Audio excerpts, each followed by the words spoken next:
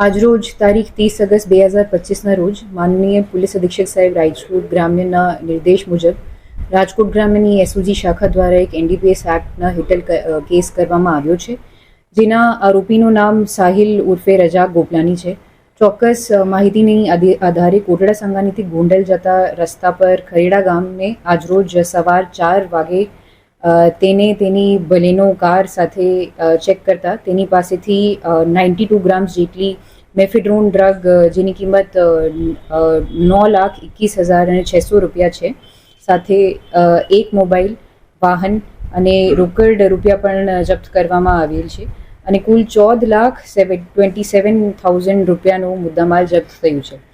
આરોપીની કાયદેસર ધરપકડ કરવામાં આવેલ છે અને હવે આ ગુનામાં 2 આરોપીઓ વોન્ટેડ છે. આ ગુનામાં 2 આરોપીઓ વોન્ટેડ છે, એક કયુમ પઠાણ રાજસ્થાનથી અને એક મોહમ્મદ માંગરોલ જૂનાગઢથી, જેનાથી આ આરોપી ડ્રગ સોર્સ કરતા હતા. હવે આ મુદ્દામાં તપાસ આપણી ચાલુ છે. આરોપીનો ગુનાહિત ઇતિહાસ એવું છે કે વર્ષ 2024માં એના ઉપર એનડીપીએસ એક્ટની કલમ જેના હેઠળ આ જૂનાગઢ તાલુકા પોલીસ સ્ટેશનમાં 5 ગ્રામ મેફેડ્રોન સાથે પકડવામાં આવ્યું હતું અને પછી એમને કોર્ટથી જૂન માસમાં જ બેલ મળી છે.